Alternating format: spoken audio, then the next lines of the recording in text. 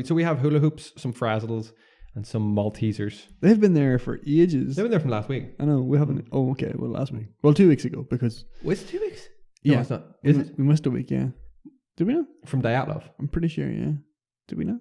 Have we not been... Because we did Dyatlov on a Monday. Was it not last Monday? Was it last Monday? Yeah. Fuck. Yeah, I think it was last Monday. Because I was off. Yeah, I was off last Tuesday. So it went up. That's efficient. Yeah. This is October 13th. 13th. Unlucky for some. Unlucky. But not Sunday for us. the 13th. Sunday. Shouldn't do much on Sunday the 13th, guys. Should not do a podcast. Bad idea. No. Especially about some freaky shit. Oh, I can't wait to hear this. Like,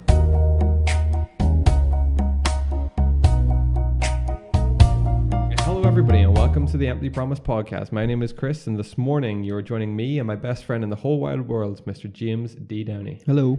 On what is episode 87 of the podcast. We come to you on this dreadfully dreary Irish Sunday morning. Yeah, dreadfully dreary. The weather is absolutely appalling outside. It's Sunday the 13th of October. And as we said before the podcast day, we are hammering the arse end out of October. I was getting a little vulgar, Chris. I know, yeah, I know. I dialed it back a bit there. Have you noticed the days getting shorter? It's Little by so little. bad, dude. Yeah. It's like I used to be able. I thought last night I came home at 8 o'clock, and I was coming home in the summer, and I was able to go for like a walk or a run in the forest. I came home last night at 8 o'clock, it was pitch black. I was like, oh god. I got locked in the park the other day. What? Because I take the dog for a walk after work. Similar to you. Hello, anyone? That's incredible. But what happened? Yeah. I just was walking, Chris. It was getting dark, and I was like, "Fuck, it's getting dark very early." And then when I got to the gate, it was locked. There's a fucking big padlock on it. Holy shit! How And did you get out? it's not you couldn't scale it or nothing. Oh, I went to the main gate then, assuming like they'd leave it open until everyone got out, because there was loads of people still in there. But Yeah. no, they just locked everything off and fucked their way off. It closed at 7 o'clock, and I got to the gate at 4 minutes past 7, and there wasn't a sight of a sinner about. Like, No they just way. locked it up and left. Like, cheeky but bastards. at the main gate, there was a bunch of people who were all just like walking, like you had to go like sort of shimmy up against the hedge and get round the fence. And I was like, way. that's ridiculous. This Like, is oh wow. come on, like there was like, You there got was a locked in good the park. there was a good 40 people in the park at that time. I was like, they're just gonna make. At the time that they It was, locked yeah, it was gates, locked, yeah.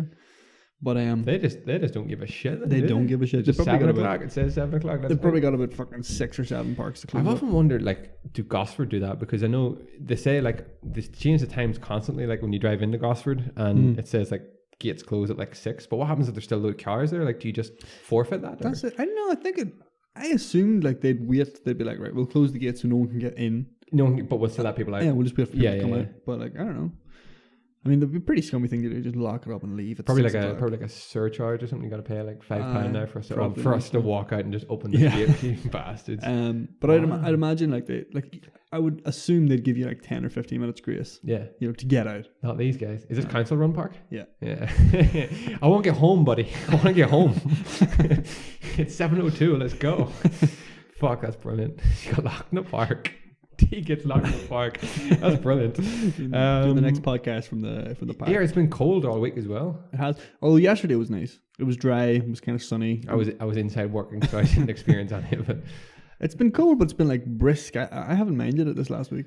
I've really noticed it in the mornings getting up going to work. It's been like, you got to get that heat going. Yeah, the heat has to be on the timer now. God, yeah. Yeah, it's that time of year.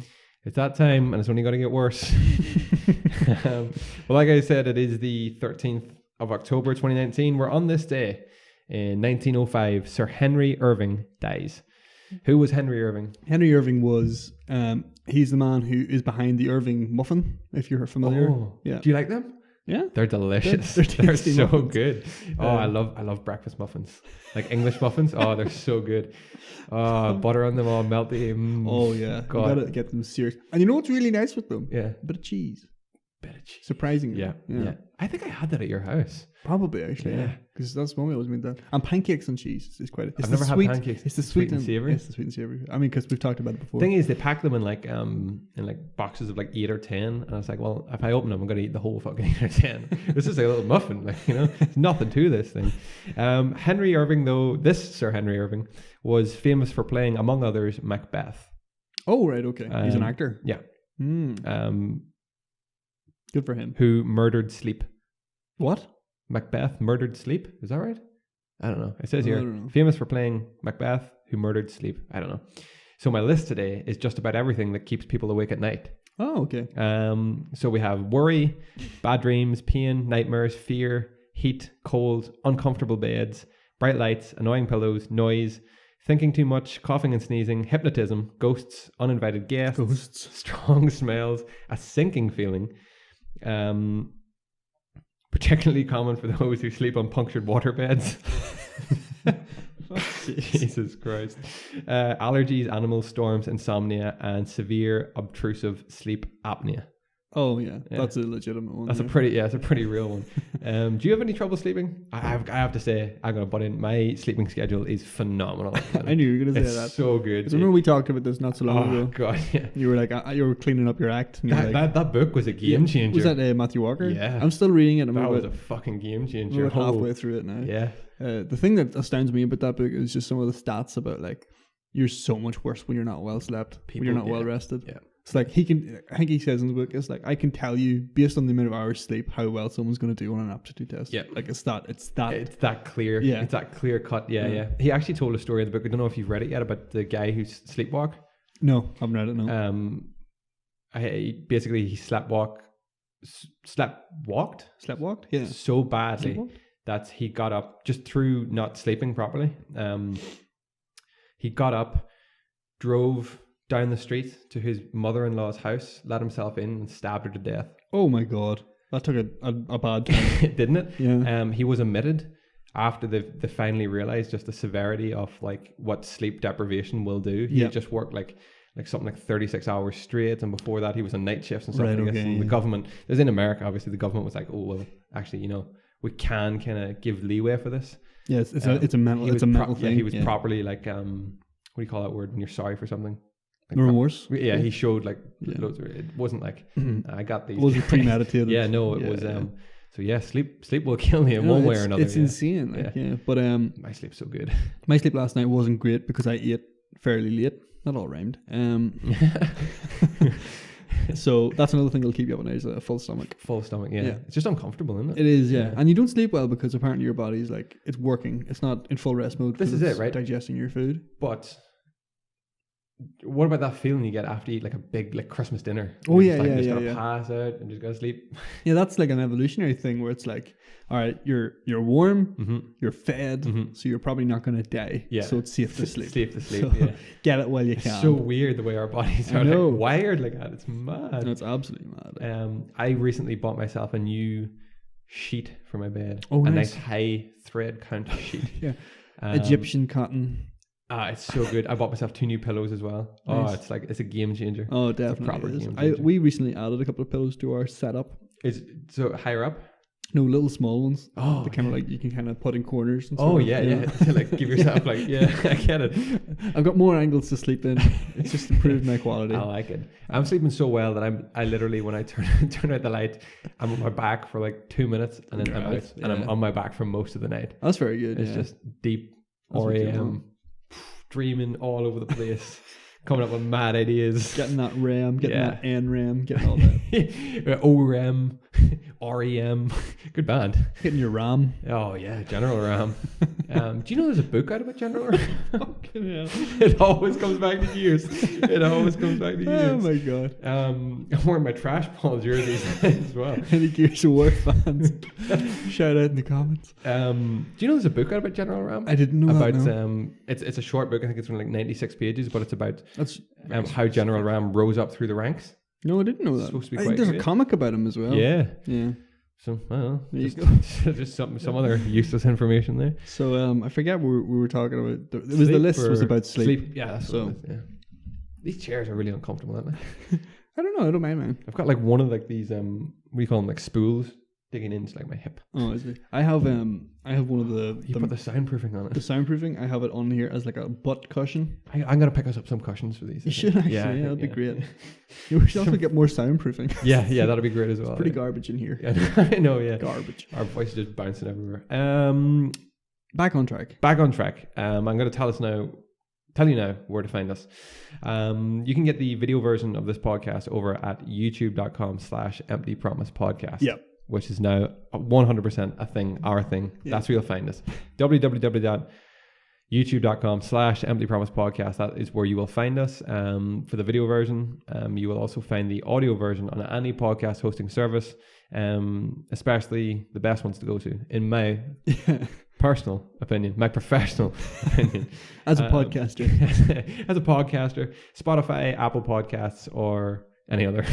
The rest. Yeah, the rest. I was looking at our analytics on Audio Boom, and Spotify's up there, but Apple Podcasts is creeping up. Like Apple Podcasts is probably the biggest one, I think. Taking over, yeah.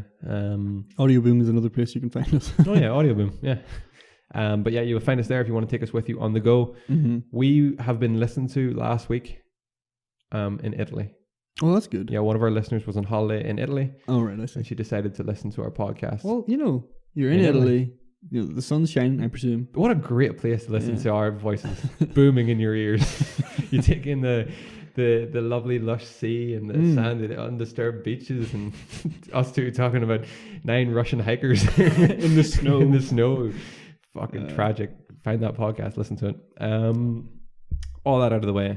Some news from this week, Dee. Okay. Something I want to touch on straight away. Did you hear about the marathon? Yeah, that was my news. Was that your news? Yeah, it was my news. Fuck, that's disgusting. That's incredible. Disgusting. Oh my god, what a man! It's really weird because I suppose this is how the YouTube algorithm works. I was just recommended a video about a guy who's talking about, is it possible to break a 2-hour marathon run? Yeah. And it was your guy Mike Boyd. Have you ever seen him? Yes. Yeah. And he got a couple of people on a treadmill to just illustrate the speed you have to go. Did you see 13 that? 13 mile an hour you have to run.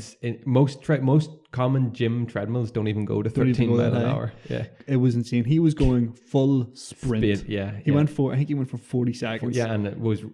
Yeah, I seen that video too. Actually, and he got his local running group to come in, or a couple of people, and the best they could manage was a minute. Yeah, like a minute 10 or something. Yeah. It's crazy. The speed is phenomenal.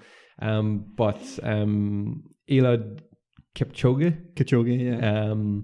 smashed it with 1:59.40. That's insane. Which was 20 seconds to spare. 20 seconds to spare. So he ran like a 4:35 minute mile for 26 miles. It's bizarre. I have no idea just what it takes to dig in and do that.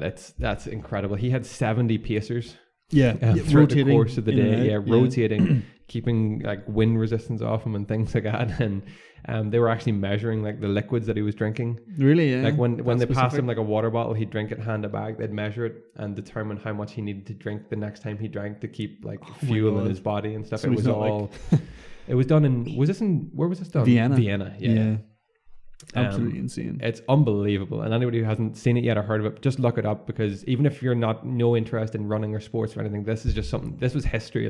This is, I mean, the thing they keep comparing it to is way back in the 50s whenever they broke... Roger Bannister did the 4-minute mile. 4-minute mile. This is basically that, except... This is it, right? I listened to, I think it might have been a Rogan podcast a while ago, and they talked about okay, so years ago, Roger Bannister did the 4-minute mile. And before that, everybody said it would never be beaten. Can't be beaten. Yeah. Shortly after he beat it, another 30 people just beat it. Yeah, it was the space of 2 months, another person did it. Because they showed that, the human mind can go there. So I wonder, is this going to happen? Well, this is it. I mean, are people going to think, holy shit, if I just push myself till I nearly die, I could... That's it. I mean, because there's people who can compete with Kipchoge. I mean, he's apparently he's a marathon running legend. I think he's probably the best. 12 marathons, he's won 11. There you go. He used to be track and field. So short distance? He used to be track. He used to be 5,000 meters, and then he didn't qualify for Rio. So he tried to qualify for the marathon running. I think it was Rio. And it took off from there. So he hasn't actually been marathon running that long. That's insane. And he's just unbelievable. No, he's won, and he's broken records. And, but that's the weird thing about this is that it's not an Olympic or international recognized record, because he had rotating pacers and stuff. Yeah. But it's now that he knows that he can do it, and other people know that it's physically possible, right? So all you have to do is overcome basically the wind resistance and somehow keeping the pace. Yeah. So it's pace is phenomenal. Oh, he could do it. He could do it. Yeah. He could do it in his next marathon. I mean, his best marathon time I think is 2 hours 1 minute. Yep. Or a couple, maybe 30 seconds. Like, he's not far off it in a proper competitive sport, event.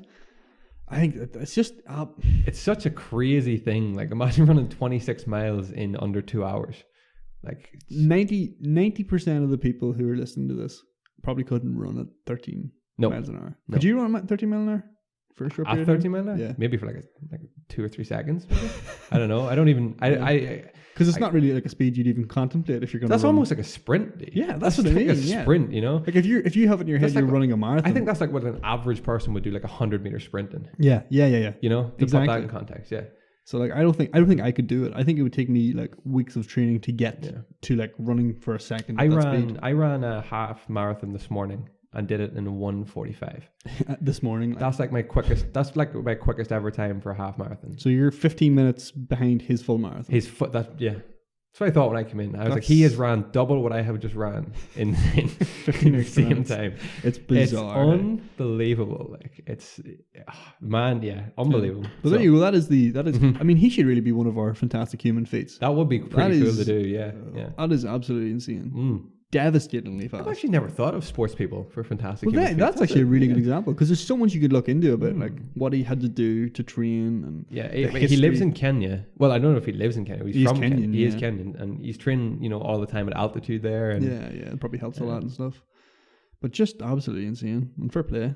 Just it's times like this you have to be so proud of like what the human body can do. It's huge for Kenya as well. Oh yeah, and their runners, like, you know what I mean. They're so proud of their like kind of unreal sporting achievements. And even when he finished, he gave credit to like every single one of his pacers. Like he would, he was so humble about it as well. It was really actually. Have you seen the video of him finishing? Yeah, sure you have. It's so cool to see the pacers just fall back, just to let him have. Yeah. He pushed them. Have that moment. Yeah, no, it was brilliant. Like, check that out. Please check that out, because it's so good. This week, El Camino came to Netflix. Have you seen it? I haven't seen it. No. Have you seen it? Yeah, you've watched it. Yeah, I haven't got around to it yet. I watched it because I was bored one evening, and 2 days ago I watched it, and okay. I'll not talk about it too much. Is it good? You can tell me that. Is it good? Yeah. Dang, I have to watch it. Yeah. I think my personal opinion, no spoilers obviously, it ties everything up in a way that I liked. Okay, so it doesn't like kind of ruin what the ending did? No, God, no. Respects it? I respect it wholeheartedly. Yeah. Okay, that's good. I do think though that if your opinion is the same when you watch it, but I think if I had have went to a cinema to watch this, I think I would have come out a little disappointed. Oh, really? Yeah. Okay. The fact that I went to Netflix, I'm like, this is good. Feels so like you can just watch it in one big long episode almost. Do you know what I mean? Yes. Not so much like a film, even though so it's like a TV movie. Yeah. But a good one. A good one. Okay. Yeah. So I'll not say anything. We'll come back to that next week. Because hopefully I'll watch it. Hopefully by that point. Yeah. The Rugby World Cup typhoon. Yeah. Yeah. People are getting What is the crack? Have they decided what's going to happen with Scotland and Japan? Scotland have been. It's a no go. Their game is not going ahead. Their game is not going ahead. That's it. It's done. They're out. They're gone. Yeah, they're pretty livid. Yeah, of course. And Japan's the same, aren't they? No, Japan. Or Japan are through. Japan will go through. Yeah. They'll go, but they won't. They'll have to go through second place now. So Ireland will go through. Yeah. So chances are Japan are going to face New Zealand. Yeah. Okay. So they would be quite annoyed about that. Yeah. Or they could. It could just be another massive topple. Japan could, they're just such a proud country that they're just not going to just bow down. Do you know what I mean? New Zealand are one of those teams. They're just something else. They just don't make those type of mistakes. You know what I mean? South Africa, they let it slip 4 years ago. Ireland let it slip this year. Yeah. And no disrespect to the Japanese rugby side, because they are very good and they capitalize on those sort of lacking performances. Yeah. But New Zealand won't have that. They just don't do that. It's not part of them. It also has affected the latest Grand Prix, which takes place today. Do you hear about this as well? Oh, no, I heard qualifying. It's in Suzuka in Japan, and the qualifying has been put off yesterday. Now, as we speak, the race has actually already happened. I don't know what has happened, so I'll watch it after. But the qualifying has been brought forward to Sunday morning to 4 hours before the race. Oh. So they're going to have to qualify, wait, and then race straight away. So it leads to this whole thing of like driver fatigue, mental fatigue. Like if you crash your car, wreck your car in qualifying, you're going to be out of the race straight away. So it's leaving it for a really nice race, especially when there's rain coming. And Suzuka's a very quick circuit, so it's going to be a disaster. I can't wait to see what's going to happen with this. So yeah. But I listened to Jamie Heaslip talk the other night actually, and he said they were questioning him about whether he thought, could the organizers of this World Cup not have been like, hang on, we're hosting a Rugby World Cup in typhoon season. Should they not have been better prepared to have these games played under lights, in different stadiums? Made a good point. I mean, it's the biggest thing in rugby. So if this happened in a World Cup, like soccer, soccer. No, there'll be outroar. Yeah, it would be FIFA corruption. If England went out of the World Cup. Yes. I can't imagine that. You know what I mean? But the thing is, and this is the thing that always comes back to it, is that the international world rugby rules have this weird rule where it's already written in print where it says if a match can't be played, it's not rescheduled.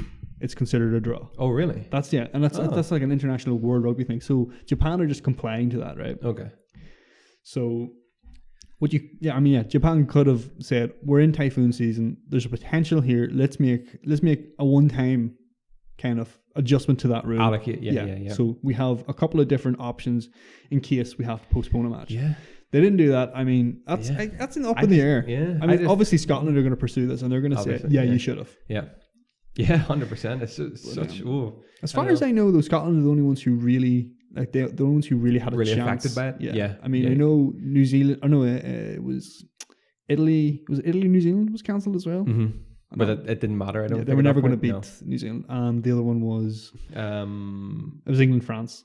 That's right. Which I don't think it would have affected the standings. No, it's an extra day's rest for the players as well. That's it. But then another way you could look at it is that was England's first real test. True. So now they're going to have to go into the quarterfinals, and so you're going into the knockout stages without sort of a proper. It's it's all up in the air at the minute, but still, the Rugby World Cup has been good so far this year. I think I haven't seen much of it. Just the timings, it being early in the morning. I watched. I was up early one morning. I watched New Zealand. Who was it? Tonga. When they absolutely just 79, 5 or 3 or just trounced them, and I was like, they were just playing for fun. Yeah, they weren't even. But I don't know. It's good to watch. Yeah, I love a bit of rugby union. Yeah. I don't know. I just really enjoy that sport. I have one other stupid bit of news here, D. That's what I like to hear, Chris. I think you will enjoy this. So Nike have released trainers which have been injected with holy water from the Jordan River, costing $3,000. Named the Jesus trainers, and they have sold out in minutes. The Jesus trainers? The Jesus trainers. Jesus shoes, sorry. The Jesus shoes. Yeah. They make you walk on water. A limited edition Nike Air Max 97 trailer filled with water from the Jordan River in the soles have been released by Brooklyn-based company MSCHF. The trainers have been called Jesus shoes, and despite a price tag of $3,000 per pair, the shoes have sold out within minutes. There's a bit more on this, but the thing I took away from this was the trainers have also been printed with the Bible verse from Matthew 14:25, which records the story of Jesus walking on water. Oh my God. Various other Christian symbols are also featured on the trailers, including a red dot symbolizing Jesus' blood, frankincense-scented insoles, and a crucifix attached to the laces. Oh my God. I have a picture of them here, D, and I will put this picture in the show notes for this episode just so you can see what these are like. But they have sold... Let me see that. That is absolutely... Oh my God. Ridiculous. It's literally a crucifix hanging off the fucking shoe. Imagine how much more time would have been shaved from that marathon record even more in these trainings. Chip Goge, if you had Jesus shoes, you would have an hour. Probably an hour. 40 minutes. That is insane. Yeah, crazy. Yeah. The shit people will make and the shit people will buy. It's scary. I mean, that's not respectful to Christianity, surely. Come on, that is insane. You imagine making the fucking like shoes to Allah or something that let out like let out little bangers or something every time you walk. People would be incensed. Yeah, you know what I mean? Fucking ridiculous. With the scent of fucking 70 virgins or whatever, 30. I don't know what it is. That's what it is. It's like Christianity. I'm looking at America here because they commercialize everything. It's ridiculous. Yeah, Europe wouldn't stand for that. They'd be like, that's not respectful of our faith. But in America, they're like, I want a pair of them Jesus shoes. You know what I mean? Them Jesus shoes make you walk on water, boy.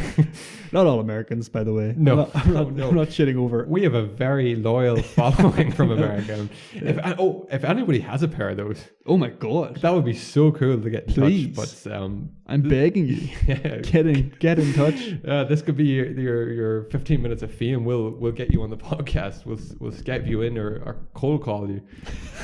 We can just talk about you. Why would we cold call them? We'll just talk about your shoes. They're like, hello, who is this? But that's all I had. I had a little bit on the Spurs bus stop. Did you hear about that? What's happening now? It's kind of, as a Chelsea fan, it's quite hilarious. Did you hear about the whole Christian Eriksen's partner sleeping with another member of Tottenham Hotspurs, and Harry Kane floored him apparently in the changing rooms? Really? Yeah, it all kicked off like they're beating each other. So apparently now the whole Spurs camp is literally 50-50 on who they're taking. And I mean, watching Spurs at the minute, that might explain see why they are fucking shitting the net. That's insane. Yeah, it's crazy. That always happens. Every couple of years, there's always a fucking footballing drama shit. Funny enough, actually, the thing that was trending on Twitter the other day, and I thought it was fucking hilarious, is have you heard about Rebecca Vardy and Colleen Rooney? Yeah. It was on the front page of the paper, but I didn't see anything. The tag was Rue done it. Rue done it. So what's going on? Can you explain? Basically, it was like Colleen Rooney was having stories leaked to the Sun. A loyal source that. And she was trying to work out like where. So in pure fucking detective mode, she like changed her Instagram story so that only so many people were blocked from it. Okay. And she kind of like narrowed it down over the days and weeks and left it so that only one person could see her story.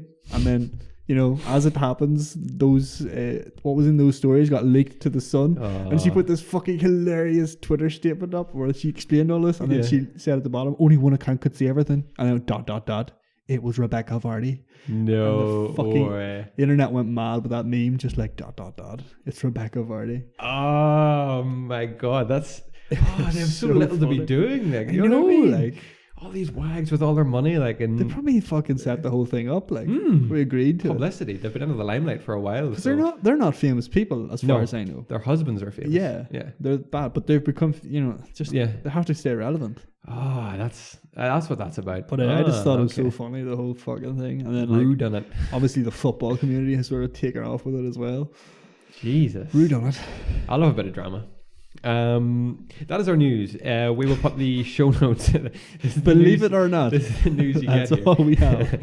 I will put in the show notes this week. I will include little snippets from all that, including a picture of the Jesus trainers, and that on the Spurs bus stop.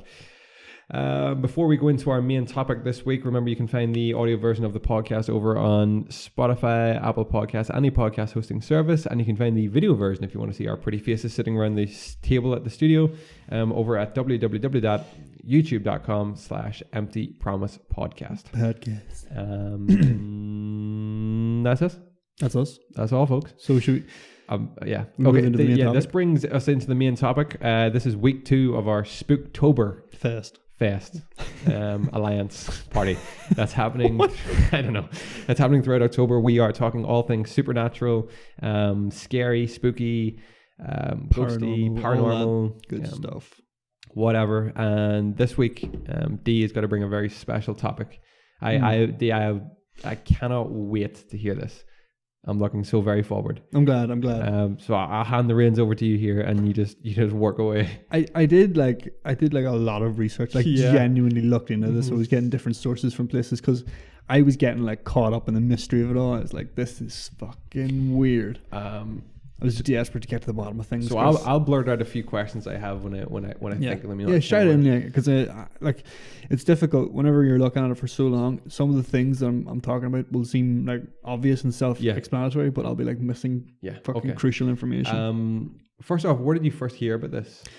I actually had never heard of Skinwalker Ranch before. Okay. And the first time I heard of it was from the Strange Uncles podcast. Yeah. So the Strange Uncle podcast, they're a group of guys who kind of like investigate and discuss things of this nature. So paranormal, strange happenings, conspiracy theories, stuff like that. And they're kind of like grounded, down to earth people. They're not skeptics, but like they do believe in these things, but they kind of have a grounded approach about how they talk about it, and sort of, they're more realistic than sort of some conspiracy theorists out there, which is why I kind of like them, right? But yeah, they had like a whole episode where they talked about Skinwalker Ranch, and they live quite close to where this is, so they actually went down and they have like a 2-part special dedicated to it. Okay. This isn't what they did. This is just a discussion of what this place is, what happened there, and just how fucking freaky it all was. Oh, okay. Because man, it's some of the shit is weird. Okay, I'm looking forward to genuinely like skin crawling stuff. Yeah, skin crawling Skinwalker Ranch. Oh, good. Right. Okay. So, Skinwalker Ranch.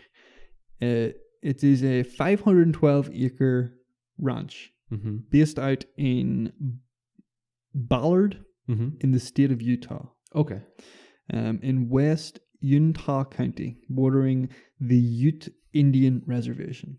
Okay. So straight up, we're middle of America. Yeah. Yeah, old Indian, ancient Indian burial grounds. Yeah, okay. Way out in the sticks, kind of a remote part of the world. Excellent. The infamous ranch has hosted some of the strangest paranormal events ever recorded, including UFO sightings, crop circles, impossibly large beasts, cattle mutilation, poltergeists, and even the ancient Navajo witch spirit, the Skinwalker. Oh, from which the ranch gains its name. So the Skinwalker is an ancient evil spirit. Yeah. A witch spirit. Yeah. Demon type thing. Lad. There will be more discussion about this as we go through it all. Why would anyone go there? As soon as I hear that, I'm like, nope, I'm done. But yeah, so there's been like all kinds of sightings and stuff here, and reports about different things. But like, so much there. A 500-acre ranch. 512-acre ranch. Jesus, that's big. Yeah, big plot of land, way out in the sticks. There's only like one road that leads up into it, so you know, way out there. Utah is quite deserty, like quite barren. No, Utah is like a lot of the stories here will discuss like snow and stuff. Oh, like, really? Yeah, so it can get. I know Utah from like a couple of the canyons and stuff from Aaron Ralston's book. Yeah. Right now, it must be a very. I think it's a big state. Like, yeah. Okay. America, big country. Okay. But yeah, the Navajo considered this land dangerous for centuries. I've heard of Navajo. Navajo Indians, yeah, the big, like that whole central part of America was all Navajo, you know, before Europeans landed. Right, okay. Decimated them. Yeah. They considered this area dangerous for centuries, and there have been reports of strange lights in the sky in the Utah County area for decades. Right. But the real story of Skinwalker Ranch begins in 1994. Oh, fuck. Good year we were born. Yeah, we were born. Great year. So not so long ago, it all kicked off, Chris, whenever a family moved into a long time vacant ranch. Okay. Oh my God. Like what is this? So these reports were this is actually an interesting tidbit. So these reports were kind of popularized by a journalist called George Knapp. George Knapp. Now, if that name seems familiar to you, it's probably because George Knapp is the same journalist who investigated and interviewed Bob Lazar in the 1980s. So this guy has a bit of a reputation for being, you know, kind of investigating this weird type of paranormal, UFO type stuff. You don't know what Bob Lazar is. He's the guy who kind of like, he whistle blew on Area 51. He started that whole... sort of like what was in Area 51, the conspiracy behind it. We have a podcast based on him, so you can go and check that out. Yeah. But yeah, so George Knapp kind of already is kind of like into that kind of stuff. He's an investigator, yeah? Yeah. Okay. He's a journalist, right? Oh, he's a journalist, okay. But it's like, people discredit him after the Lazar thing because he's like, oh, UFO, that's the UFO guy. But he does have a very kind of... people discredit Knapp? Knapp, yeah, George Knapp. And Lazar, obviously, but he does have a fairly grounded, like, sort of approach, and a lot of his writings, and you can get all his writings online. He kind of talks about how some of this stuff is convenient that we could never prove it and stuff like that. He's not a skeptic, but he isn't sort of just believing all this stuff. Yeah. He trusts his instincts, and he likes to have sources. He even says, like, when he was investigating and interviewing Lazar, he believed them, but he interviewed like about a dozen other UFO people who like whistle blew and all this, and he says, no, they were all talking shit. Right, okay. But this guy Lazar is the real deal. Okay. So he has that, you know, journalistic kind of sense. Yeah. But anyway, so yeah, he was the one who sort of popularized Skinwalker, and this was many years after it was initially reported, so it was like in sort of the late 90s, early 90s. That's when this family moved in? No, that's whenever it got popular. The family moved in 1996. Right, okay. So I'll get into that now, actually. Okay. Sorry. So, Skinwalker Ranch came to public attention in 1996 when a series of articles in the Utah Desert News detailed the strange goings-on as experienced by the ranch's current occupants, the Gorman family. The Gorman family. Yeah. Okay. So the Gorman family, not their real name. Is that for protection? That was for protection. Okay. Their real name has subsequently been revealed. Oh. So the Gormans are actually the Shermans. Oh, Gorman. So yeah. So Knapp talks about Tom Gorman in order to protect his identity. His real name is Terry Sherman and his wife is Gwen Sherman. So they actually came out a couple of years later and sort of announced who they were to the world. But for the purpose of this, I'm going to refer to them as the Gormans because all of the stuff I read called them Gormans because it was written at that time. Yeah. So the Gormans bought Skinwalker Ranch in 1994. It had been vacant for 7 or 8 years prior. Their experiences with the strange and paranormal began on the very day they arrived. Jesus. Oh my God.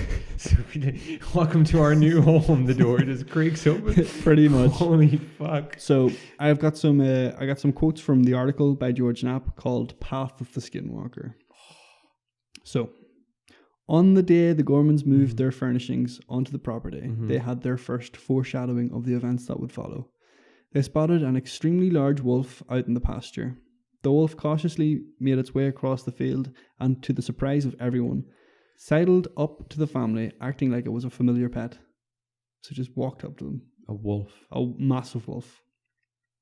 It had rained that day and the family remembers the wolf smelled like a wet dog as they were petting it. So they actually got up and were petting this fucking wolf. After a few minutes, the wolf strolled over to the corral. So the corral is like, it's kind of like a pen for cattle. Okay. But it's like metal. It's not like... All right, okay. It's kind of a thick sort of way of keeping them contained. The wolf strolled over to the corral and grabbed a calf by its snout, attempting to pull it through the corral bars. Gorman and his father began beating the wolf's back with sticks, but it wouldn't release the calf. So Gorman goes to his truck and picks up a .357 Magnum. Shoots the wolf at point blank range. The slug had no noticeable effect. So he just shot... He shot a wolf at point blank range and it did nothing. Didn't react. Gorman pumped another bullet into the wolf, which then let go of the calf, but stood looking at the family as if nothing had happened. Oh, Christ. You're in the wrong part of Utah, buddy. Gorman shot it 2 more times with the powerful handgun. The big animal backed off a bit, but showed no signs of distress, not even any blood. Ah, fuck. Were these farmers? Was that their... Yeah, so Tom Gorman is actually a fairly well experienced cattle breeder. And he has a background in kind of sort of biology. He studied it for a bit. So his plan was to come to this ranch, get like high value cattle and bulls and breed them into sort of, more valuable offspring. Okay. So that was how he planned to make money off the ranch. Ooh. So he kind of knew what he was doing. He was not like new to this. The mystified rancher, Tom Gorman, retrieved a hunting rifle and shot the wolf again, once more at close range. Gorman is not only an experienced marksman, but a big game hunter of considerable repute. So he's an experienced hunter. 5 slugs should have been enough to bring down an elk, let alone a wolf. The 5th shot caused a chunk of hair and flesh to fly off the wolf, but it still didn't seem fazed. After a 6th shot, the wolf casually trotted across the field into a muddy thicket. Gorman and his father tracked the beast for about a mile, following its paw prints through the mud, but the tracks suddenly ended as if the wolf had simply vanished into thin air. Oh my God! Like, how do you even summarize that? How do you even describe that? You know what I mean? That's what was insane to me. Is like, how do you have that happen on your very first day and just sort of forget about it and move on? Like, that's just a wolf. Shot a wolf at point blank range with a Magnum and then with a hunting rifle, and it just walked away. They returned to the corral area and Gorman examined the chunk of flesh that had been shot off. He said it looked and smelled like rotten meat. He made inquiries among his neighbours, but no one seemed to know anything about a tame, oversized wolf in the area. Jesus. So that is like the first encounter that the Gormans had. Another big encounter was one day when they were driving into the ranch on a bright afternoon. Gorman and his wife saw something attacking one of their horses. They described it as a low-to-the-ground, heavily muscled, weighing perhaps 200 pounds, with curly red hair and a bushy tail. So just like a fucking... big-ass fox or something? Something like that. Heavily muscled. Yeah. Fox and 200 pounds? 200 yeah, pounds you wouldn't fucking... get... 200 pounds, fucking hell, that's nearly 100 kilos. They said it somewhat resembled a muscular hyena and seemed to be clawing at their horse, almost playing with it. Gorman got within 40 feet of the animal, but says it literally vanished before his eyes. Poof. Just like that. They checked the horse and found They checked the horse and found numerous claw marks on its legs. A few months later, the wife of a deputy sheriff reported seeing a similar muscular reddish beast running across the property. So a hyena, a wolf, strange animals. No fucking hyena. Yeah, you know what I mean? 200-pound hyena, like holy shit. So these were the kind of strange creatures that the Gormans saw. But by far the most common phenomena that they experienced on their time here was lightning orbs or lighting orbs. So this is balls of light. Balls of light. The most common objects they witnessed were floating spheres of different sizes and colours. In 1995 and 1996, the Gormans and others reported 12 separate incidents of seeing large orange circles flying over the trees of their centre homestead. So right above there. Why do so many people say about orbs? I know, yeah. Like that's coming from somewhere. This is it, you know? Tom Gorman claims that holes occasionally opened up in the orange spheres and other smaller spheres would fly out. A neighbouring rancher told this reporter, so George Knapp, of his own encounters with what he called a flying orange basketball. So others had seen this as well. And this is something that had been reported in local history a lot. Was these weird... That this happened? Yeah, these weird things floating about. As I said before, there was a history of UFO sightings in this Utah county. And there's a little bit more about that later, I think. It was the appearance of one blue orb in particular that finally convinced the Gormans to sell the ranch. Oh, so they didn't wait around too long? No, they did not. Okay. One evening, people. And this kind of explains why. One evening in May 1986, so they've still been there. They've been there 2 years. 2 years. Gorman was outside with 3 of his dogs when he noticed a blue orb darting around the field near the ranch house. Gorman urged his dogs to go after the ball. The dogs chased and snapped at the orb, but it dodged and manoeuvred enough to stay just beyond the reach of their snapping jaws. The ball led the dogs out across the pasture and into the thick brush that borders the field. Gorman says he heard the dogs make 3 terrible yelps and then they were silent. He called for them, but they didn't respond. Oh, yeah. That's the worst. Oh my God. So dogs are gone? The next morning, Gorman went to look for the dogs. What he found were 3 round spots of dried and brittle vegetation. Just fucking hell. In the middle of each circle was a black, greasy lump. Just nothing. Oh my God. Gorman summarized that his dogs had been incinerated by something. One thing was for sure, the dogs were never seen again. The disappearance of these dogs prompted the Gormans to think about getting out. No shit. Yeah. Oh my. So this blue orb then comes along, lures the dogs away into a forest. He hears them shout. Oh, hears them yelp, and he finds horrible. 3 fucking incinerated patches of, oh God, just madness. Although the Gormans kept close watch on their stock when they lived here, then something began exacting a terrible toll. So, as I mentioned before, Tom Gorman / Terry Sherman was here to make his money by breeding livestock and kind of sort of benefiting from breeding certain species together. But something was hitting their livestock. What do you mean hitting? As in like physically hitting, or attacks, and eventually completely vanishing.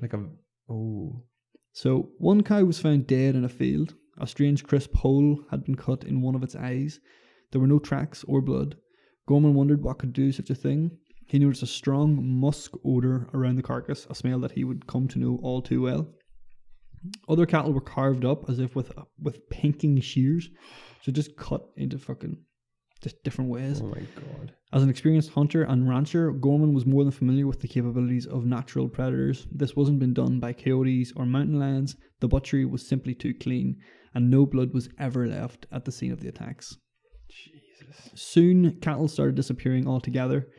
One of the animals vanished from a snow-covered field. Gorman saw that the hoof prints led into the field, but the tracks simply stopped, as if the animal had been picked up from the sky. Like, just insane. A 1,200-pound cow leaves tracks in the snow, Gorman told himself. So what happened to this one? A 1,200-pound cow just gone. Like, in all, 14 of his prized animals were either sliced up or vanished. In one instance, a cow was found mutilated just 5 minutes after his son had checked on it. Something cut a hole 6 inches wide and 18 inches deep in the animal's rectum. The cored out section extended into the cow's body cavity, and still there was no blood on the cow or on the snow-covered ground. No blood. No blood. So something cut a hole fucking 18 inches deep, and there was no blood. Just Dad, what's going on in this? And this was 5 minutes after his son had checked on it. So it's fucked, like. And they're saying that there's no way this can be natural. There's no natural things to do this. In his opinion, it's not a natural predator can do something this like, and anyway, like, there's got to be blood. Exactly, like it's just, and what, like, it's just so weird. Like, I mean, like the thing I was thinking at this point is like a person could do this if a person really wanted to fuck with them. But I mean, this was in fresh, like snow on the ground. Like, there's no hiding that. Yeah, you'd see footprints, you'd see struggle marks and stuff like that. It was just weird, like. One day, now this is really weird. This is where it starts getting a little bit more kind of... Starts getting? Yeah, but at the time, this stuff just seems to be happening. After this point, you start to see a pattern of this being like malicious, right? Okay.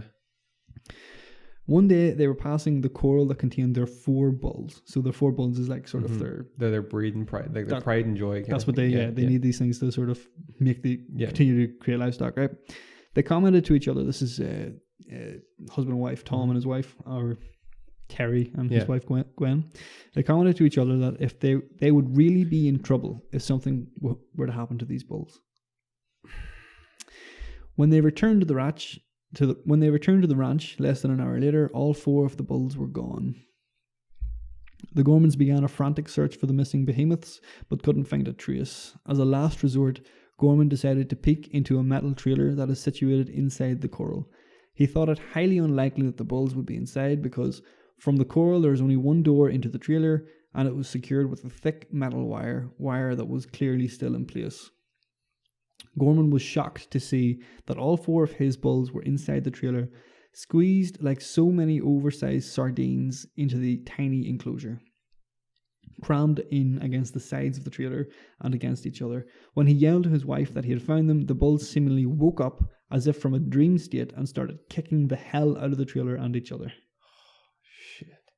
He says there is simply no way that anyone could coax 4 of these bulls into that trailer. Okay. What the hell? Sorry, that wasn't Tom Gorman. So I'm going to introduce a new person to this. A guy called Colm Kelleher. Okay. Who was a microbiologist. He was a PhD microbiologist. Now, he wasn't here at this time, right? But he will become very familiar with the Gormans and the Skinwalker Ranch in the coming years. Okay. So he was actually one. He said there's simply no way that anyone could coax these 4 bulls into that trailer. It would be too tough. It would be tough enough to get one of them into the trailer, but all 4 virtually impossible. The Gormans did not miss the fact that the bulls had went missing after they commented on their importance, as if whatever had done it could hear them and reacted. So this is where it starts to get fucking weird. As if it's properly toying with them. Exactly. It's messing with them. Oh my God. There were other sort of phenomena that happened throughout the Gorman stay. The pastures would unexplainably light up at night like a football stadium, just floodlights. They claim to have seen shafts of light that seemingly emanated from the ground. They and others say they heard what sounded like heavy machinery operating underneath the earth. They heard voices. Tom and his son and his nephew remember hearing a loud, disembodied conversation in some unintelligible language. The disembodied male voices spoke in what the witnesses say were a mocking tone and sounded like they were emanating from 20 or more feet above their heads, but they saw nothing. The dogs accompanying them growled and barked at the voices and then took off in a panic. So interesting there that they said an unintelligible language, but they could still make out like this mocking kind of a tone. The Gormans also reported phenomena similar to crop circles, One formation found in their pasture consisted of 3 circles of flattened grass. Each circle was approximately 8 feet in diameter, and they were arranged in a triangular pattern, with each circle about 30 feet from the other. So like 30 feet, 8 feet, like big, well laid out, like distant from each other. Keep in mind that there is only one road leading into the ranch. Anyone coming in or going out would almost certainly be noticed by the Gormans or their neighbours. So, I mean, crop circles, like a lot of them we know were like hoaxes. Hoaxes, yeah. Sure. People have done them, pranks and stuff. But like, this was like, they had to get right through the Gormans' property to get into this place.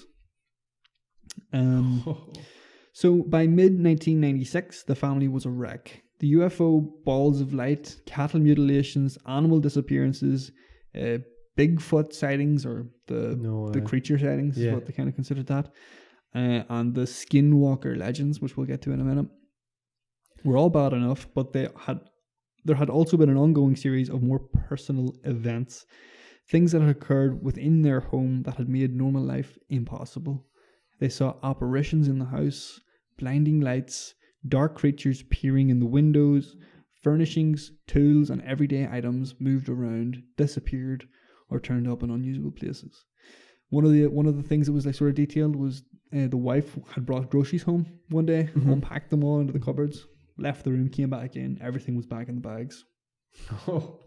Just fucking weird shit. Just messing with them. Yeah. Oh my god. No one could sleep, and when they did manage to grab a few hours, they were plagued by violent nightmares, often discovering later that different family members had experienced identical dreams. No, the two kids. Not dreams. They're not fucking dreams. The 2 kids, honor students before arriving at the ranch, saw their grades plummet. Mrs. Gorman lost her job at a local bank because of her repeated absences and disturbing water cooler tales. So chat around the water cooler. Hoping for safety in numbers, the Gormans slept each night on the floor of their front room.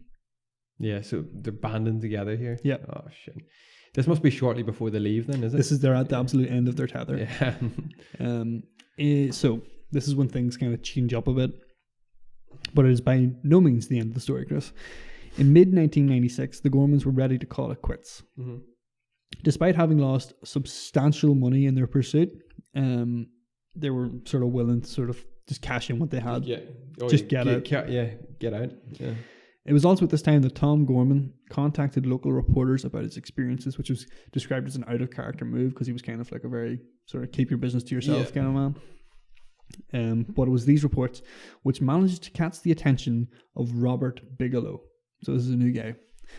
Bigelow had just recently founded a group dedicated to investigating and researching the paranormal called the National Institute for the Discovery of Science, or NIDS. NIDS. So Bigelow was this kind of like real estate Mongol from some city, so I forget where he was from, but he had like a really keen interest in like the paranormal. Okay. And had used his money essentially to form this NIDS society. A couple of things about NIDS. They were set up to research and advance serious study of various fringe science and paranormal topics, most notably ufology. Okay. Ufology? I don't know. Yeah. I actually checked out their website. They're now defunct. Oh. So they were founded in 1995 by Robert Bigelow. Were privately financed and operated until 2004. So they lasted for about 9 years. And the guy I mentioned earlier, Colin Kelleher, he was their deputy administrator and was sort of the main investigator. Why did they go out of business, or was it just money or something? Why did this stop? Basically. Yeah, I'll get to that sort of as we go on. This is their mission statement that I took from their website. Yeah. The National Institute for Discovery of Science is a privately funded research institute engaged in the research of aerial phenomena, animal mutilations, and other related anomalous phenomena. So they were basically just looking to find answers to the paranormal, to the weird shit. So Bigelow, when he heard about this on like a local, I think he heard it like on radio somewhere, he immediately flew into Utah and offered to buy the ranch outright from Gorman for $200,000. Jesus. So straight in.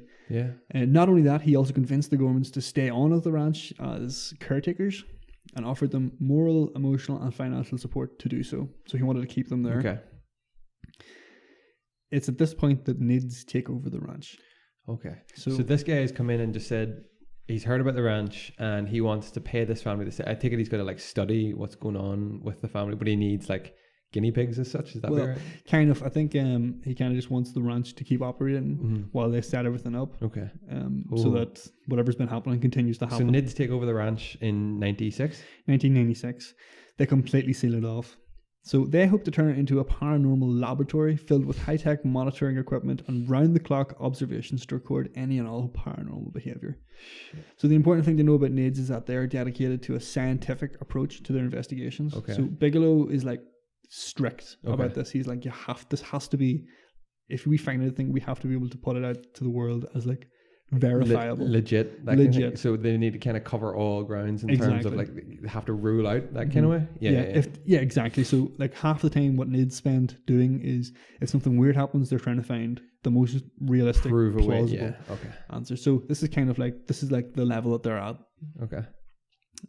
Most of their staff are PhD or doctorate scientists. Okay. So they're pretty high. Yeah. So they know their shit. Like pretty much. One of them I've already mentioned, Colm Kelleher, a biochemist with 15 years of cell and molecular biology experience. He led the investigation for many years. Okay. Because the subject matter itself is so controversial in science circles, NIDS realizes that any deviation from the scientific method would mean a loss of credibility. If they were deemed a crackpot organization, their findings would, no matter how profound or well documented, would be dismissed out of hand. So if they don't have the proof straight up, then everything they do will just be like, nah, it's bullshit. So what did NIDS discover at the ranch? Contrary to some predictions, the odd phenomena at the ranch didn't evaporate under the glare of scientific scrutiny. Activity continued but grew even harder to comprehend.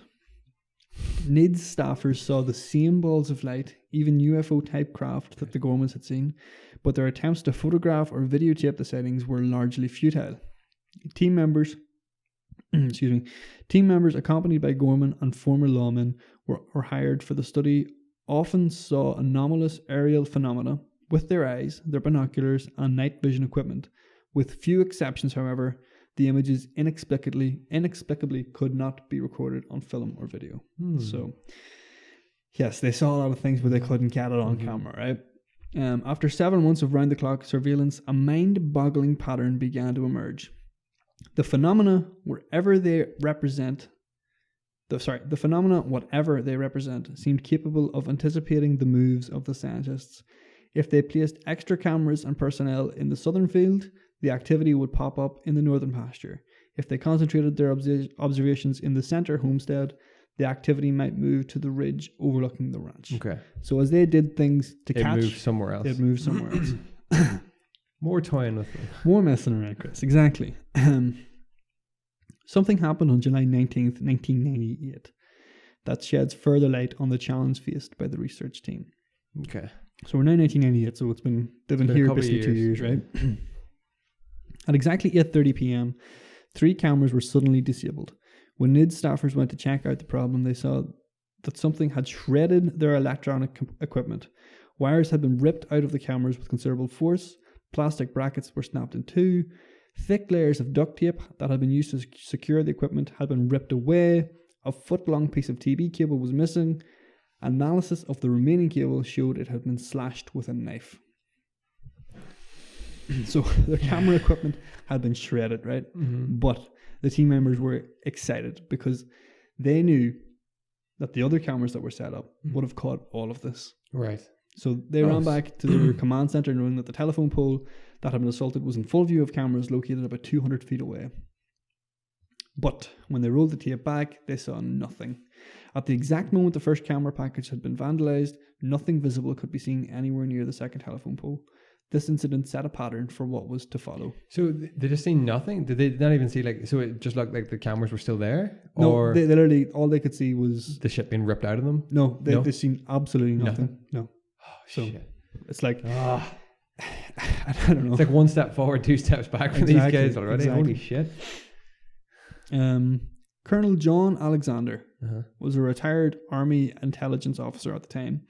He called it a precognitive sentient intelligence. So they've kind of become aware now that every time they do something, this thing changes. It's aware of what they're doing. Okay. Alexander is reluctant to jump to any conclusions, but suspects after exploring the property and reading the witness reports that there is an intelligence behind this assorted phenomena and that it almost seems to be playing a game. So they can feel what's happening here.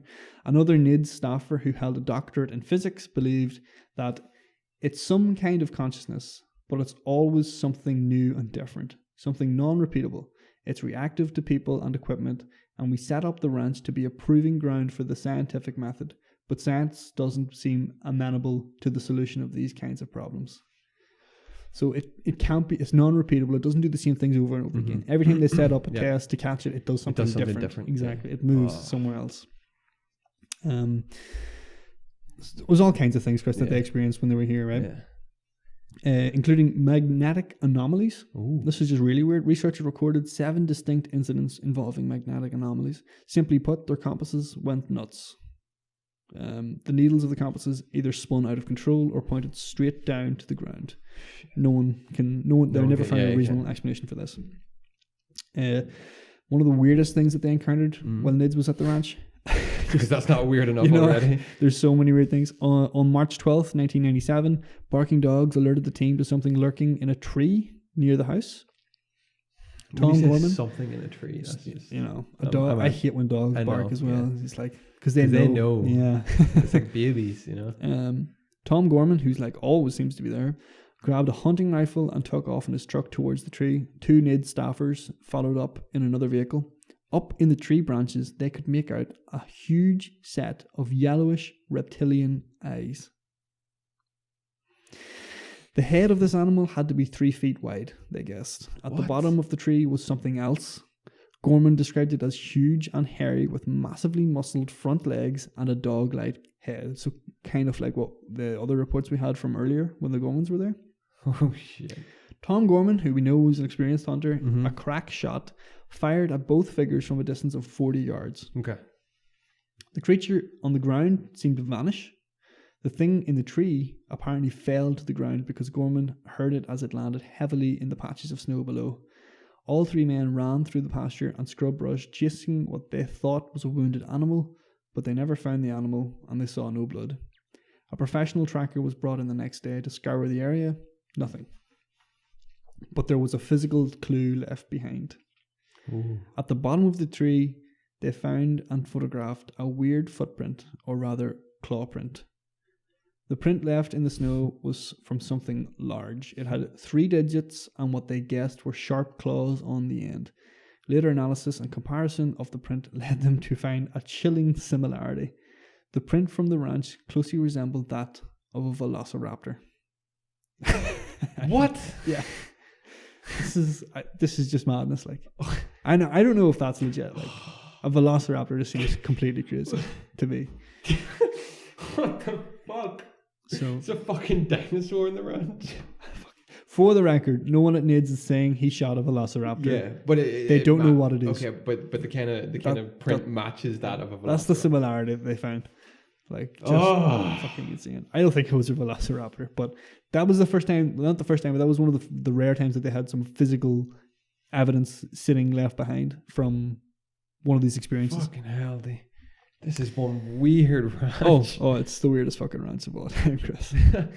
2 days before that incident, a calf was completely stripped of its flesh, while the Gormans were 200 yards away.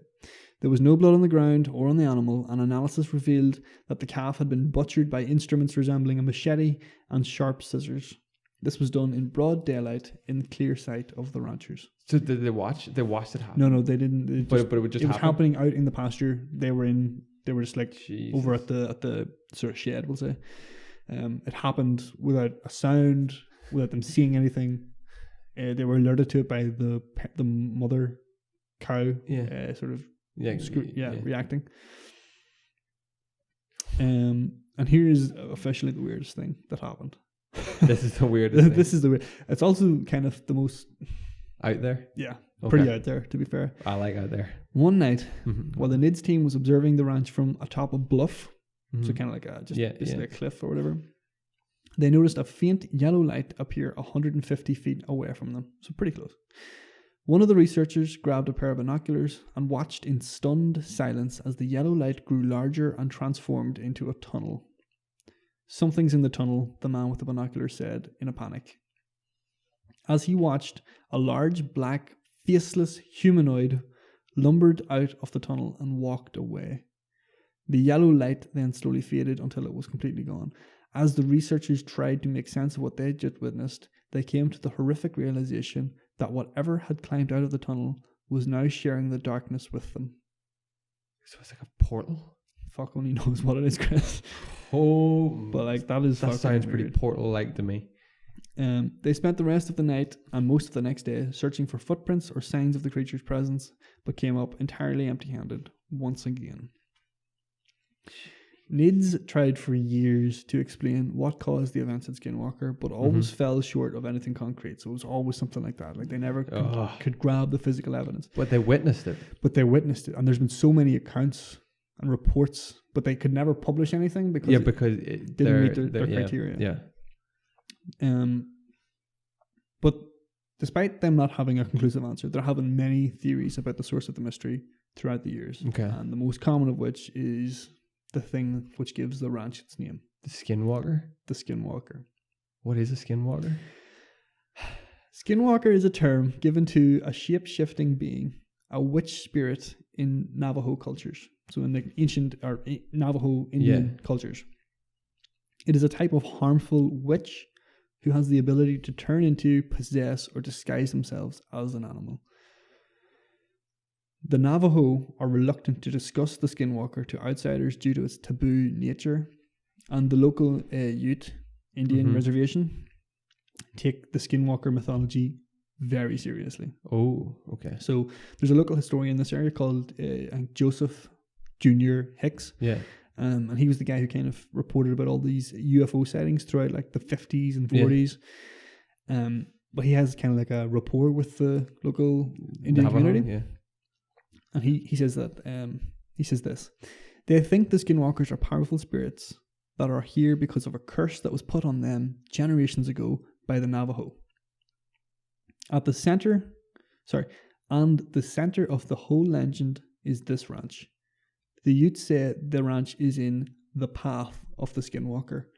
Tribe members are strictly forbidden from setting foot on the property. So the Navajo people, they won't come near it? They don't go there. And it has been this way for a long time. Shit. Another popular sort of conception with the Skinwalker is the idea of it's a interdimensional being. Yeah. Sort of portals. Yeah. It can take the shape of animals to disguise and move. You think about the wolf, which greeted the Gormans on their first day, almost as a welcome into the property. Yeah. Another phenomenon described in Navajo witchcraft is the use of lightning as a weapon.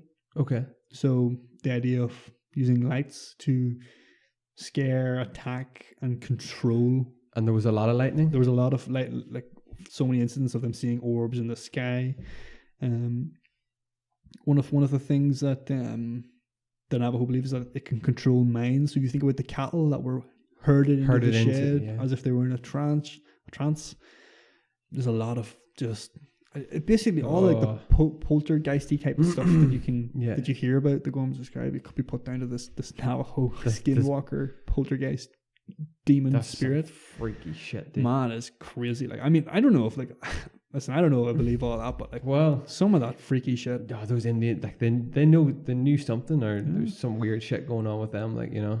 It's fucked up, like. Ancient Indian history is like. Yeah. I mean, and they have been on that land so much longer. Exactly, yeah. They know the land. Exactly. Like, yeah. And they don't go there. For one reason or another, they do not go there. Like, so they still live nowadays? They have like a reservation nearby, and they still, like, they completely adhere to that. They do not go on that ranch. Oh. It is like it's like sacrilegious for them to go. It is sacrilegious, exactly. Like, you do not go there. It's it is dangerous. They consider it a real danger.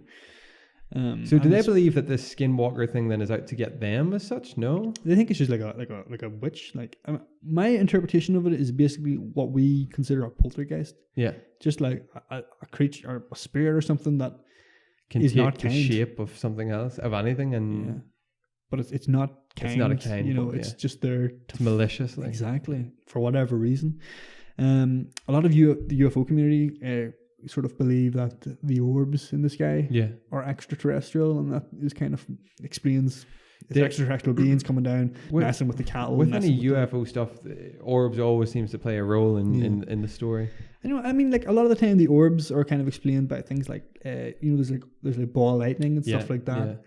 Yeah. But some of the stuff they describe, the Gormans describe. But I mean, that blue orb that killed the dogs, apparently. Yeah. How the hell do you describe that? They also describe it moving like not naturally. Naturally, you know, like it moves over and back and over about. They described it like moving around the heads of animals and stuff like that. Just there's so much more like detail that I kind of glanced over just to make this kind of a little bit more niche. Yeah, or what was the word? You know, sort of streamlined. Yeah.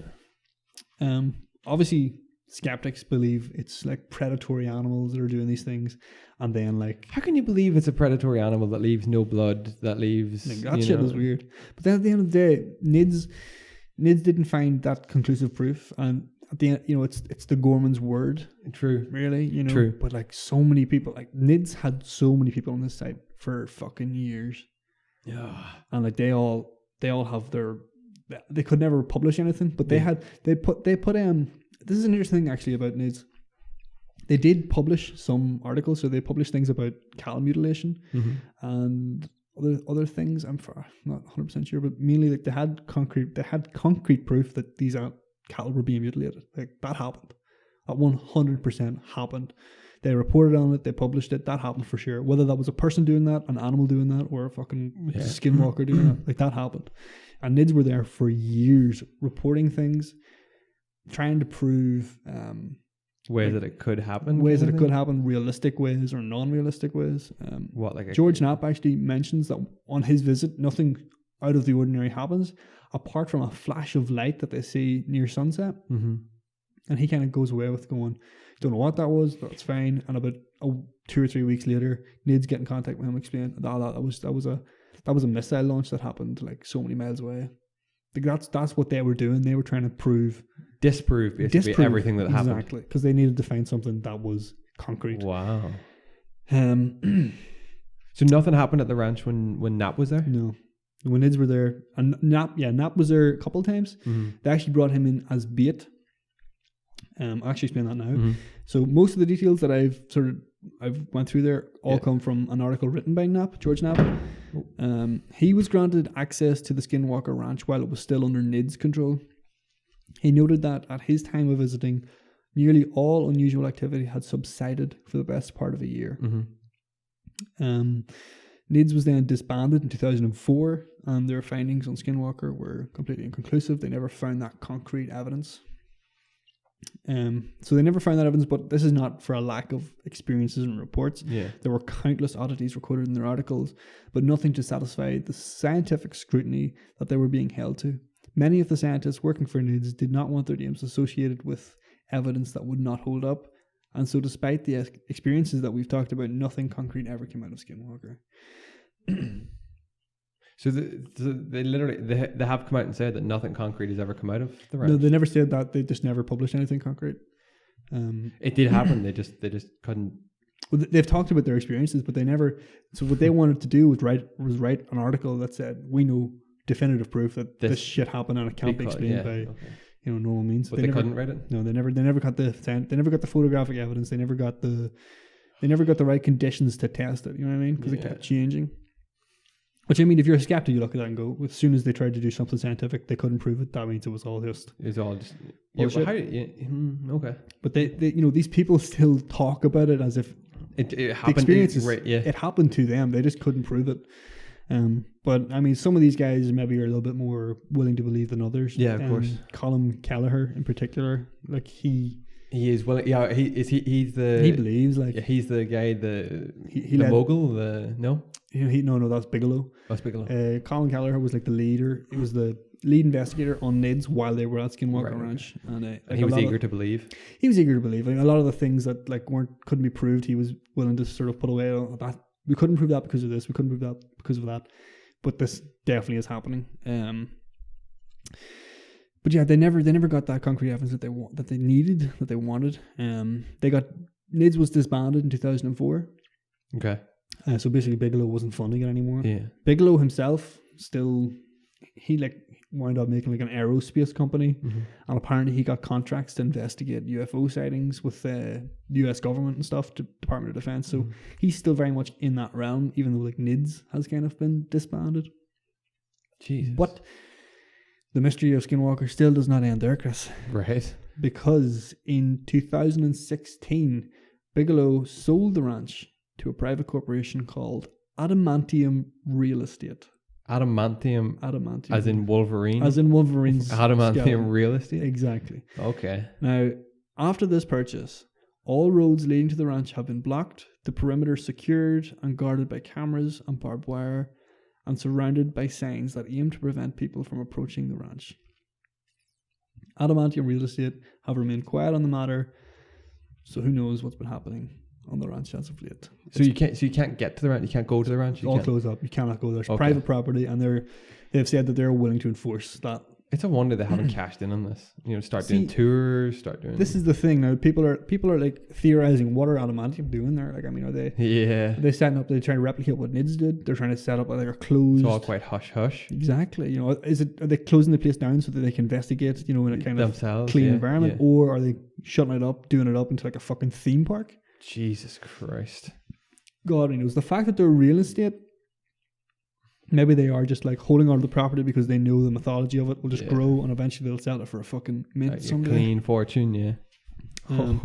Or it could be the most dull answer ever. It's like it's 512 acres of land and it was cheap. Yeah, some shit like that. But the fact that Bigelow didn't sell it in 2016, despite the fact NIDS was disbanded in 2004. Yeah. So what did he do with it? Exactly. What was going on there? Why wouldn't he sell it a lot? Did anything else go on in between? Not that we know of? There's been no reports.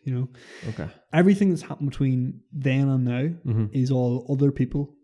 So new people trying to go there and try and find something, new reports, and they can't get on the site. They can't go to the ranch. I was going to say, between that time, were people able to get onto the ranch? Not legally. Okay. It's still, but I'm sure they did. Private property. Some people probably did. A lot of people go. What the Strange Uncle's podcast did, they went to a place nearby on like sort of elevated ground, so you can see the ranch? General area of the ranch, and that's where people spot a lot of like the UFO, the lights, orbs, in the sky. and things like that. So those settings have kind of continued, and people still have a real interest in it, Chris. But as far as getting in there and proving anything, it's all sealed up at the minute. What is that place? No idea, and it's some of the freakiest shit I've ever read. And right now today, so 2019, it's still owned by this Adamantium company, this mysterious Adamantium Real Estate, and we don't know what they're going to do with the place, and it's just shut down tight. Don't know what's going on, man. So it's one of the weirdest fucking things I've ever read. That is some creepy shit. Just some of the stuff that you're saying there, like first of all, like shooting the wolf at point blank range, and it just didn't react. And it didn't react. Didn't react a bit. This low to the ground 200-pound red beast. This fucking hyena in the middle of Utah. Yeah. Large orange spheres, and then a blue orb that lured the dogs into the brush, and they were found three patches of grass and then this like lump in the middle of it, like it just livestock carved up, not natural, and the cow tracks disappearing. Like that's where does it disappear to? Like, exactly middle of a ranch, cows being mutilated with no blood, forced into like this little trailer. I could picture that, and I'm like, how do you do that? After them saying, if anything happens to these, did anything happen to them? Or no, they were fine. They were fine. They were fine after that. So just fucking with them. They got back and the bulls were gone. It's like, what the fuck? But after them saying, if anything happens to these bulls, we're rightly screwed. Exactly, and then all of a sudden, and a lot of these people at NIDS who were there, like there was army people, there was PhD scientists, physics, biochemistry, all that stuff, and they were all talking about things like precognitive sentient intelligence. Like they thought this thing knows what's going on, it's reacting to what's happening. Are these people still alive today, the ones who own the ranch? The Gormans? Yeah. I'm actually not sure.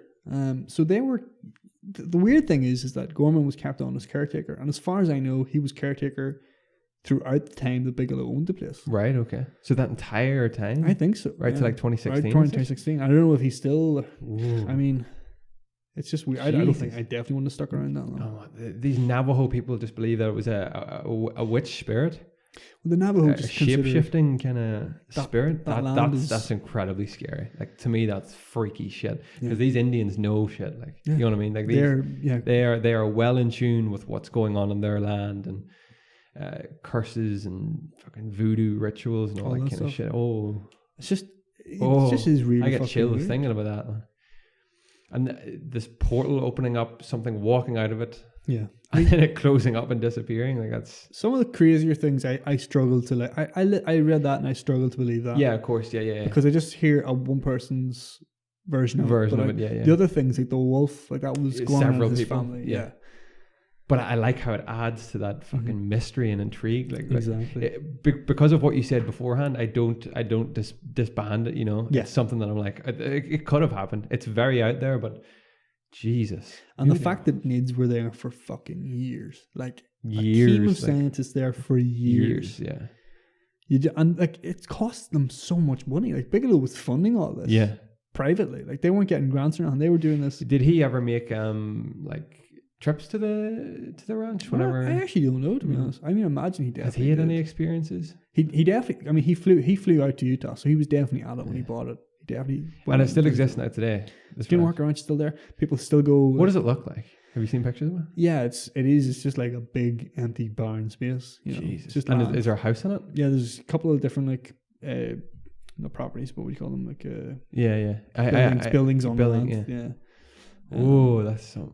What did Strange Uncles come up with, or should I listen to the podcast? Yeah, you listen to the podcast. They just had some strange experiences, but it wasn't even the time that they visited. It was like the previous time. They kind of talk about those. I mean, listen. I think if you go to a place like that, whether it happens or not, you're gonna feel something. Yeah, you're willing yourself into believing that something is happening. You read that stuff, like you get chills reading that, and you go there, you're gonna feel something. That's so whether it's just your mind fucking with you, or if it's literally something there. I don't know. I wonder how. Seems like the way you said it, like as you said, like the ranch is in the path of like the path of the Skinwalker. The path of the Skinwalker. So it's almost like a. You know the way there's like the paranormal investigators talk about like this path, you know, the dead take or whatever, you know, to get where they have to go. It's almost like that, and it's like sort of like the transitional phase between our dimension and the next or whatever. And this ranch just happens to be in the way. I don't know. And see, like all that stuff, it's just weird to me, but. I love that. That is some weird shit. I'm fully going to delve into this because that's. Thank you so much for bringing that up because that's some weird shit. There's so many people who are like dedicated to this. Yeah, yeah. Oh yeah, it's a big thing. People go there every year. Shit. There's people who are looking into adamantium, trying to find out what's going on there. They're a very private company, are they?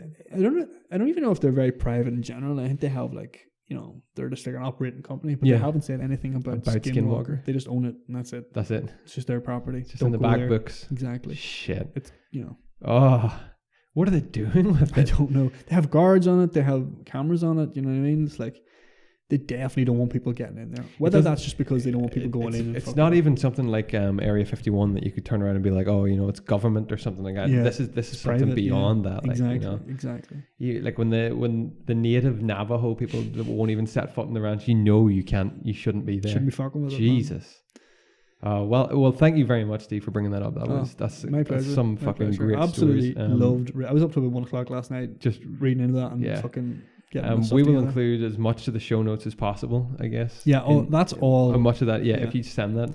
We got links. We'll put it all into the show notes. You can check that out over at emptypromise.com. There's a book, by the way. Is there? Hunt for the Skinwalker by George Knapp and Colin Kelleher. No way. So if you want to read in. What's the book called? Hunt for the Skinwalker. Hunt for the Skinwalker. And also look up Path of the Skinwalker. That's the article written by Knapp in the late 90s. And it's very good as well. Did the father of the family ever write a book or give? I don't think so, actually. No. The most he ever did was go to the newspapers initially. I'd very much like to read this book. Yes. But thank you very much. And if you're intrigued by that at all, please let us know what you think of this. I hope I got you all spooked up for Spooktober. Yeah, some weird shit. This is getting like Dyatlov was one thing, but this is this is some weird shit. I'm looking forward to trying to top that again now next week. So, right, moving on from our main topic this week. Let's finish the podcast on a lighter note. Oh, that's good. Personal with the podcast. What do you want to discuss? This is it. It's only been a week, Chris, and really not. Well, I've had a couple of things. You kick it off. Okay, so I have just more so what I've been watching, because I haven't had any really like notable food. So basically, our personal podcast always comes down to what we've watched and what we've eaten. What we watched, what we've eaten. Sometimes what we've done, but I haven't done a whole pile other than work. Much, yeah, exactly. It's not a good time of the year for doing things. That's true. I'm continuing to read through the Steve Jobs book.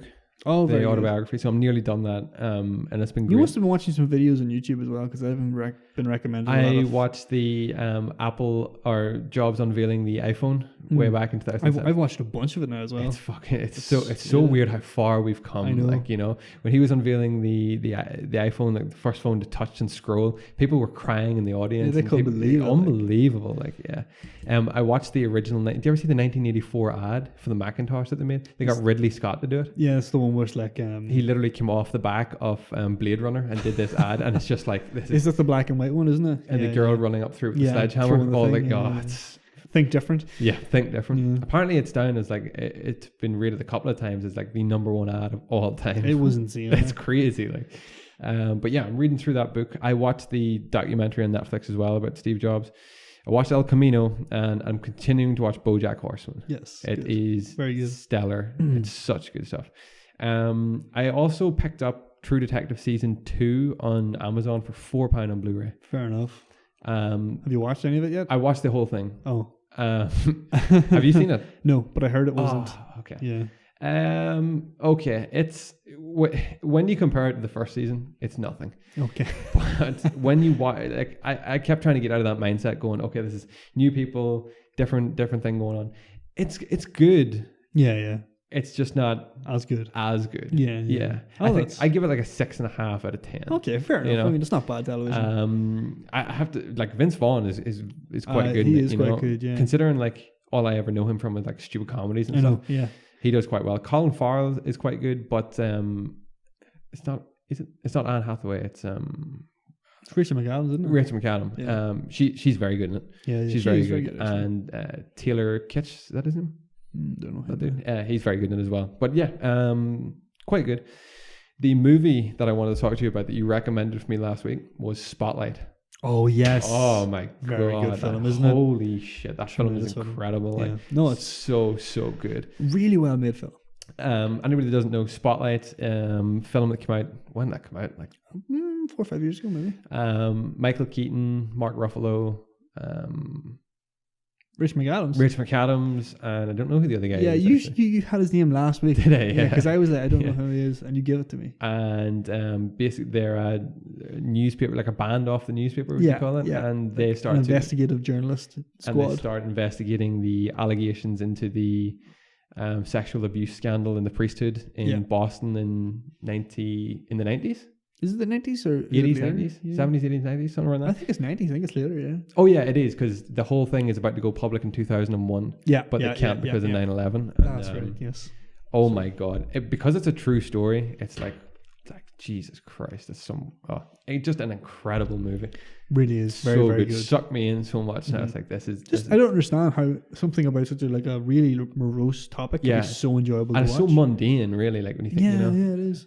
Liv Schreiber. Yes, that's his name. The guy who played Wolverine's like counterpart, his brother or something. Yeah. Or Leave. Yeah, that's what I watched. It's incredible. Jesus, great movie. Very good film. Yeah. I need to go and see Joker. As do I, for sure. My parents went to see it during the week. Did they? Yes. And they said it was fucking excellent. Mm-hmm. They went to Max and all. Oh, I know. No, that's the right way to watch it. Experience. I've heard from the It's Obvious podcast that the cinematography is fucking phenomenal. Yeah. It just looks great. And then on top of that, you have Joaquin Phoenix being a phenomenal actor. Did you hear about all the shit that's coming out now that people are protesting against it because it's apparently it's promoting the wrong kind of message against mental health? Yeah, not really. I've heard people complaining that it's like it's going to encourage some people to go and do violent acts. Yeah, and I'm like, I heard about all this, and I was like, well, nobody's asking those people to go and watch the movie in the first place. Well, this is it, like, you know, nobody's asking people who are suffering from this to go and watch Joaquin Phoenix portray the Joker who was that way, and come out of it thinking, well, that's the thing to do. Yeah, but like, the thing is about this as well is this is inspired by, I think, Taxi Driver. So, I mean, really, you should tell people to stop watching Taxi Driver, which was made by Scorsese in the 80s. Yeah. I've never seen Taxi Driver. Neither have I. Yeah. But I know more or less what happens.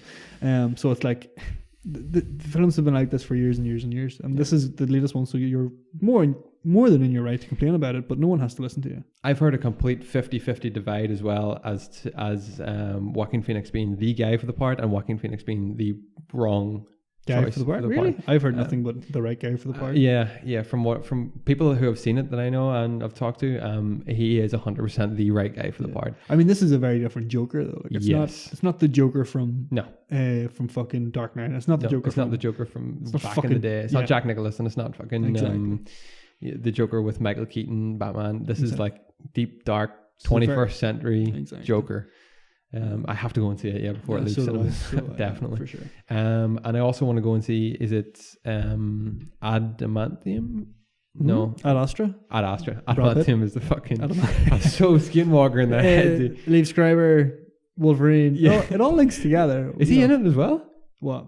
No. Oh yeah, I get it. Yeah. No, I get where you're going with that. I really want to see that actually. Yeah, definitely. I don't think I've watched anything else. You watched a lot. You definitely watched a lot more than me. Have I? Yeah. Yeah. Oh yeah. I've watched fuck all. Yeah, I haven't. Big Mouth on Netflix is out. The latest season of Big Mouth. If anyone watches it, do you watch it? Yeah. Yeah. It's funny. I heard guys at work talking about it. It's quite crude. Yeah. It's very crude, but not. You know what? Family Guy was crude, but in like just a stupid way. Yeah. This is crude in kind of like an intelligent way. Oh, okay. Not intelligent. Intelligent is the wrong word, but just in like a smarter way. And it's good. It's very good. I also watched the very first episode of The Boys.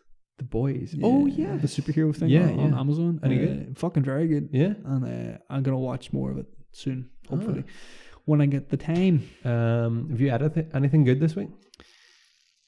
I had tofu yesterday for the first time ever. How'd you have it? A small bite of it. I don't know how I had it, Chris. I got it off somebody else's plate. Okay. Just walking through the restaurant and picking pieces up. No, I had dinner. I had lunch yesterday with Joe and his girlfriend Jenny. Yeah. And she had tofu. I forget what it was, but I tried a little piece because I didn't know what tofu What'd you think of was. It was grand, yeah. It had the consistency similar to fish. Yeah. I thought. But like tasted of nothing. Yeah. But like whatever it was like cooked in was very nice. Yeah. So have you had tofu? Yeah. I've had tofu, yeah. I think that's pretty good. It's a nice substitute for scrambled eggs. Oh yeah, that makes a lot of sense. But I had that, and I had a nice burger there as well. But nice. Generally speaking, nothing out of the ordinary. I get it. Food wise, I'm off tomorrow from work, so I think I might try to get some nice grub in tomorrow. Some grub. Where would you go to treat yourself these days? Food wise? Yeah. I don't know. I still quite like enjoy my pizzas and things. You make them yourself? No, I buy them. Like a Domino's? I just make sure that the base is suitable for me. And sauces generally are. I don't get cheese on them unless they've got the vegan cheese. Why though? It's quite good though. But why would you get a pizza without cheese? I know, exactly. Yeah. Five Guys, I can have their fries. So I do tend to treat myself to Five Guys. The Five Guys fries sell it for me though. They are very good, yeah. You know, and endless drink choices, so that's always good. True. I don't know where I go to treat myself. I've never really thought about it. Why? Are you just looking for? I'm looking for a recommendation. Yeah. I haven't treated myself in a while. Well, I have. I've been having like takeaways and stuff, but it's like now it doesn't feel like. It used to feel when I got a Five Guys burger like that's so good. Yeah. But now it's just like it is good, but it's not like I want something new and different, Chris. I get it. Grass is always greener, and I want to find out where that grass is. I don't know. I've been cooking a lot for myself, so I don't really. That's fair. I haven't had any hankerings for any hankering. You have a hankering outside for food. So I can't help you with that one. I'm sorry. That's okay. I did want to get Gears this week as well. You should pick it up. You should just blow through it because. I don't think it's going to be it's not a revolutionary game, but I just really want you to experience that campaign. I've wanted to play. I have so much now that's starting to go into my backlog. Coming in this time of year is always when I start thinking, gotta come home, cozy up, play some good games. Yeah. Funny, PlayStation now, they're like streaming service type thing where you like subscribe but you get like a bunch of games. It's kind of like the Game Pass but on PlayStation. Recently got a price drop and I was like, fuck, there's some games I want to play. Yeah, The Last of Us is Last of Us on there and God of War is on there. Oh. And you've played God of War though. I've played both those games. It's like, but I like the idea of getting in a couple more new games. I know, yeah. You know? Yeah. I have no time to play them, but I just like the idea of getting them in to play. See, they've announced PS5 will be the end of next year. 2020, Yeah, that's interesting. Yeah. I mean, hefty price tag, rumored. Is that right? $800 reduce. Oh fuck, that's gonna be a hard sell. That's what it's rumored at the minute. But remember the PS3 sold for £700 sterling. Yeah. And there's no way that machine was worth £700. That would have been $900 dues. Yeah, but I mean, at the time. I can't say that I can justify it, but I kind of see whether if they live up to all the things that I'm kind of hearing about this console, and then it's basically a fucking computer. Well, yeah, a mini computer. But you see, that's the thing is that if you have a computer, are you going to need? Yeah. I like consoles. The thing with I don't think I'll ever buy a £900 or sorry, an £800 console. No. I'll wait till it comes to a reasonable price, 300 or 400 quid. So they won't get a sale out of me unless they have like just, I don't know, like, see if they had done The Last of Us 2 here is my money. Yeah, take my money. But it's coming for PS4, so I think I'll just play it there. They're gonna have to have a big release for this, like a big game to push this. They're bound to have something, Chris. Horizon 2 wouldn't be big enough, would it? No, it wouldn't be big enough. It might be. Naughty Dog wouldn't be. Uncharted, anything in? No, I haven't heard. No, but that's probably what they're doing. Hopefully, although I haven't heard their next big game. I don't know what their next big game is. But I don't know. I'd say then if they're going to do that, I'd say Xbox will probably just undercut them by like $100. I know. And it'll probably just repeat that whole shit again. I know. And then it'll be like, oh, Sony have to catch up, so they'll have to have some good games. I'm going to pick up FIFA this week for my brother. Nice. He wants FIFA, so but I'm hearing that's just nothing's changed with it. It's FIFA, Chris. Yeah. And I did want to play Call of Duty, and then I started hearing some awful things about Call of Duty. I'm just not going to play it. Microtransactions now just really killing it. Yeah, there's guns like you have to. There's guns you can only get through microtransactions. I think I don't care about it anymore. Childhood. After the beta that I played, I was like, this is fine, but I don't think I'll ever need to drop money on this. I think what spurred me on was I was looking through my 360 collection, and it gets to a point where it's like Call of Duty, and then there's like 7 copies of Modern Warfare 2. Yeah. I'm like, we have those 7 copies so we can have 7 people playing. And that tells you all you need to know about your favorite Call of Duty. I would love to do a LAN party again. We should sort out a LAN party. This is the time of year where we do LAN parties. True, actually, yeah. People have less places to go on the outside world. Exactly. So we bring them in. The most awkward thing is always finding people who have a console to bring, a 360 to bring, especially now in this day and age. True, actually. Yeah, like a running 360. Yeah. But we can make it work. Yeah, we can. Definitely. We could maybe do like...